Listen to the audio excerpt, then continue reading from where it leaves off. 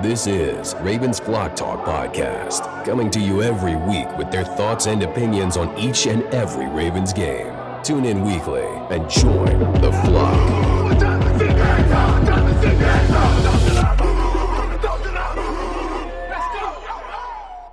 This is Ravens Flock Talk Podcast. I am your host, Brandon, and my dad joins me along as my co-host.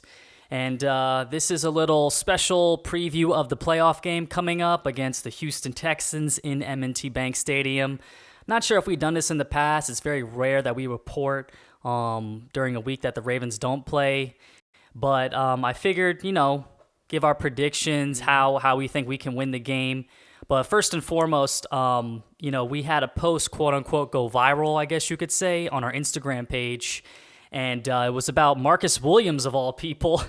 And right now it's above 50,000 views, whole bunch of comments, shares, likes, some trash talkers. I had some fun in the comments and stuff, but it's all in good fun.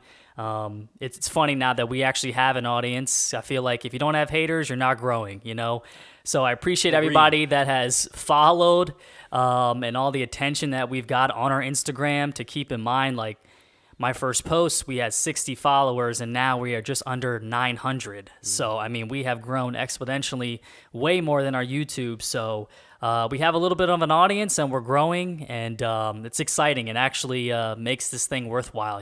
We're just doing this for fun. But yeah, let's head into this game. Houston Texans, they blew out our division rival, the Cleveland Browns. We are the last remaining one in our division after three teams getting in, and right off the bat, two are eliminated. Kind of a surprise game with the Cleveland, and Houston is looking hot. They got nothing to lose. They're young. And they are firing on all cylinders with their quarterback, CJ Stroud. Sounds like they're clicking right now. You're absolutely right. But it doesn't get any better for the AFC for us to have Cleveland and Pittsburgh out of the picture finally. So we were all the powerhouse going into the playoffs. There's one person standing now, the Ravens. Brandon, it feels good. Yeah.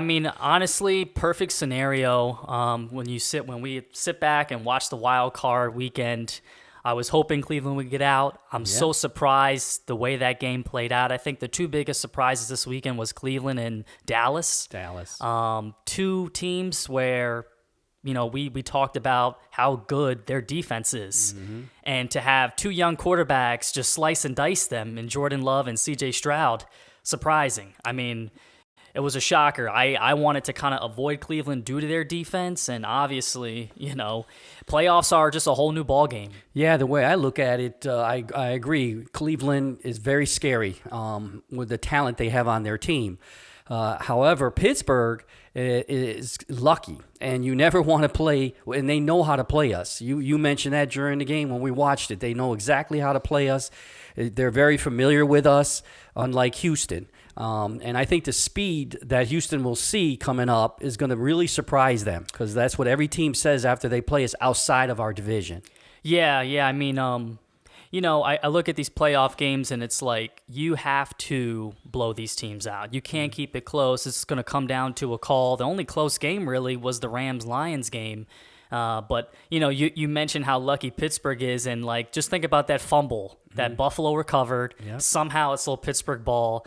Those are the things I just wanted to avoid in the playoffs because they know how to play us better than Houston, and as bad as I hate Pittsburgh, I got to give them credit. I know a lot of people are getting on them and talking trash and whatnot, but to make the playoffs with those quarterbacks, it's pretty impressive. They always will find a way. And that's why they're always tough. We say we don't like them. We even say we hate them at times. However, we respect them. You got to. And Pittsburgh always plays us tough. The game is won by 3 points or a field goal. Yeah. For the majority of the games over our history. So they're just a hard-nosed, tough, gritty franchise, just like us. And you got to give props where props is due. Mike Tomlin's a great coach. I just think they're missing the quarterback, to really get them to the next level. And I think they're getting old. They don't get fresh new talent like the other teams have done, including us. In some spots, yes. But, I look at the Houston game and watching them play against Cleveland, there are a couple factors that I'm putting into play when it comes to the Ravens playing them is one, yes, Houston looked great. Yes, they carved up Cleveland's defense. However, C.J. Stroud barely got any pressure, did not get sacked one time, right? And they got Myles Garrett. Did not get sacked one time. He looked comfortable. 16 for 21, 3 touchdowns, 274 yards. I mean, only 5 incompletions. I just can't. I don't understand how he wasn't pressured. Exactly. And so that is the key for him. Totally agree with that aspect of his game, right? And because he's not a scrambler. He's really not known for a scramble. He's a pocket passer. So if we get pressure on him, Brandon, it's going to be problems for him. Yeah, that was the one caveat that I wanted to mention. The other one is that it was a home game for him, so he's comfortable, right? Mm-hmm. And they're in a dome, good weather. So when you come to Baltimore, you got to deal with a loud crowd. You got to deal with the cold weather. As you can see, that affected Miami, which we all knew. Mm-hmm. I even mentioned, how is Tua going to throw the ball in the cold? Right. He floats it. You got to get it through the wind, through that cold weather. And it obviously, weather plays a factor, especially in the AFC. Yep. Especially in the AFCs. You look at the NFC, you got Tampa Bay, you got the Rams, Lions, even San Francisco. All good weather, all dome teams, Dallas. AFC is tougher. Buffalo, Baltimore, Pittsburgh. So that, to me, is going to be the biggest thing if we win this game. We have to make him uncomfortable and put pressure on him. And the fans got to go crazy, too. And from my perspective, I would say, Brandon, the third thing is we got balance. Our team is balanced. So we got the running game, we got the passing game. So if the weather is a factor, we can ground and pound it when necessary. But Lamar looks like he has no problem in the cold and passing the ball. So I'm really excited about this game. I'm looking forward to it. I think our chances are very, very good. We just have to play disciplined football and play Ravens-type football. Yeah, we can't get tight. One thing I was seeing with all these games is with the teams is how they started the game really dictated the whole game. Yeah. Yeah. Houston came out firing. Lions came out firing against the Rams, but they kind of went downhill. But Tampa Bay kept it on right from the beginning. Green Bay kept it on right from the beginning. So we have to set the tone right from the jump, right. And I don't want them to panic, Ravens panic if we get behind, okay? Yeah. Stay controlled. And I think this year, Lamar knows that. He's going to be the leader we need in that regard, because I think that may have been one of his slight weaknesses is when he got behind, he started panicking and getting too hard on himself.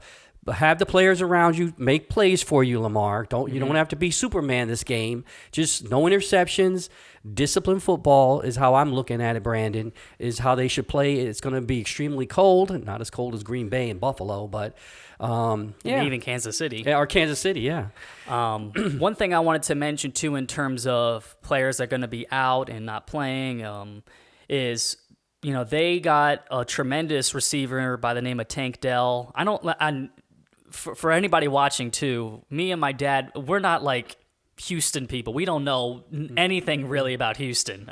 We would be lying if we said we did. But I do know Tank Dell was on the rise for them. Great weapon at receiver, and he tore his ACL earlier, about midway through the season. And so that is one advantage to us, a weapon that we don't have to worry about. But this Nico Collins, I think he's a rookie as well, 6'4", can beat you over the top, seems to be C.J. Stroud's favorite target right now. He carved up Cleveland, so that is a weapon that we need to hone in on. But in terms of us, too, I just saw today that Marlon Humphrey has not practiced since his calf injury, so it looks like he might not be available. I have no idea. Kind of a bummer. Actually, not kind of a bummer. It's a big bummer because it's like we need everybody, but I think he's our only guy really that is questionable to play. I don't know about Mark Andrews or whatnot. No, the good news I just heard today, this is Wednesday, and he had his full practice today. So that was his first full practice, so that's looking very optimistic for him. I think he needs to be on limited snaps. Because likely is in the groove now, and it's amazing how he picked up. But even if you he's could use Mark as a decoy, as you were gonna say. Yeah.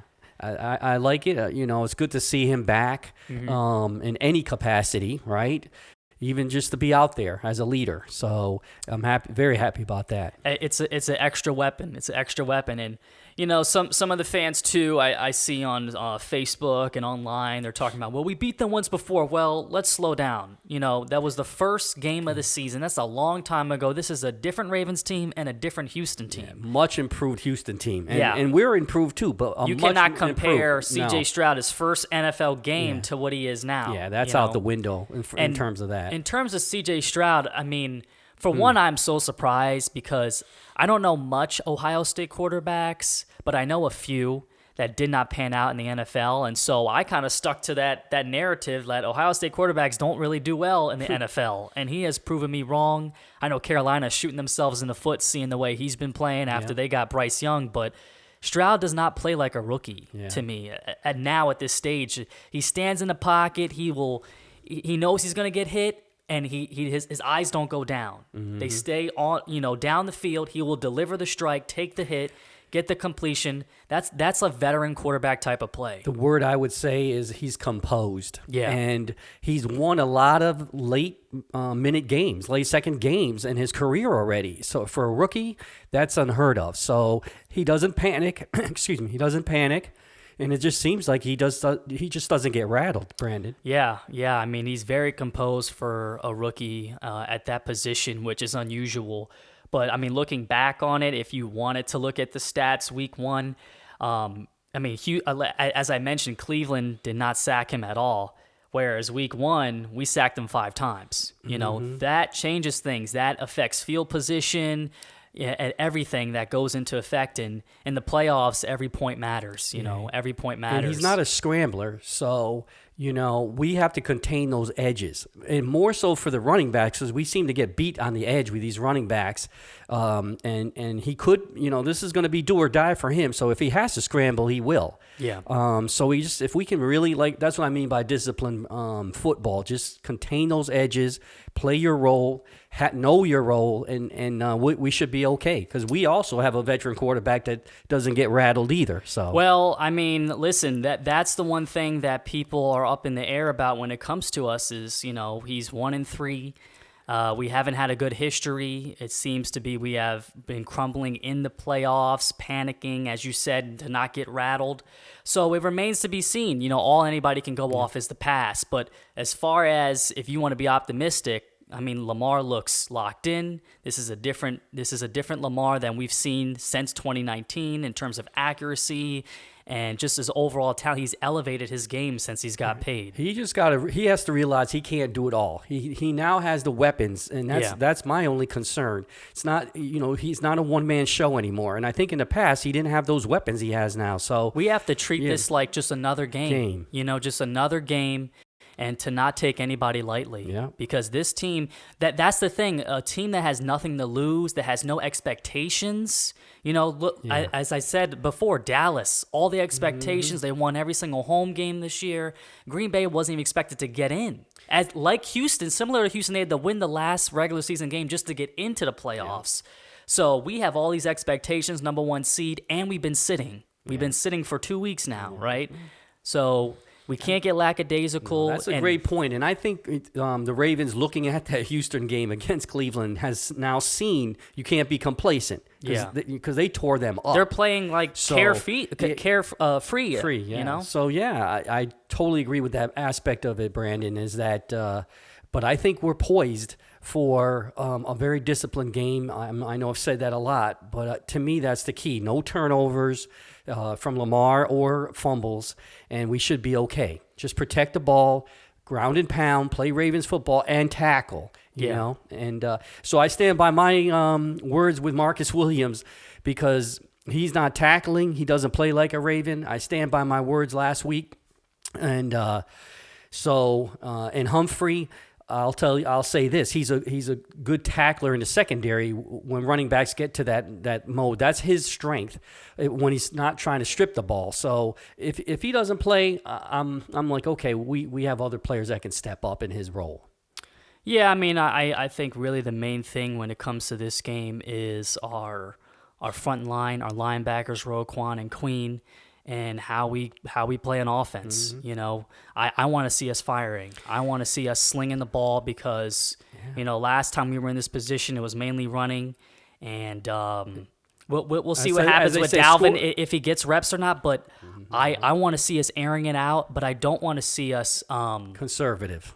Yeah, conservative, but I don't want to see us like getting too cocky and going for it in situations where you don't have to. You know, every point matters, as I mentioned.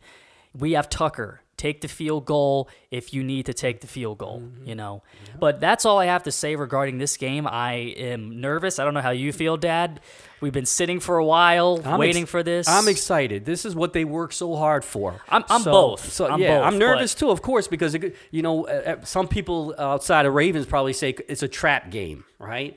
They're a big underdog. But in a playoff game, there's no such thing as a trap game. They know it's all on the line. Yeah. So do or die. I am nervous, but I'm excited. And this game is going to really dictate how I feel going forward if we win. Okay? Yeah. I mean, you couldn't ask for a better situation for Baltimore with the bye week.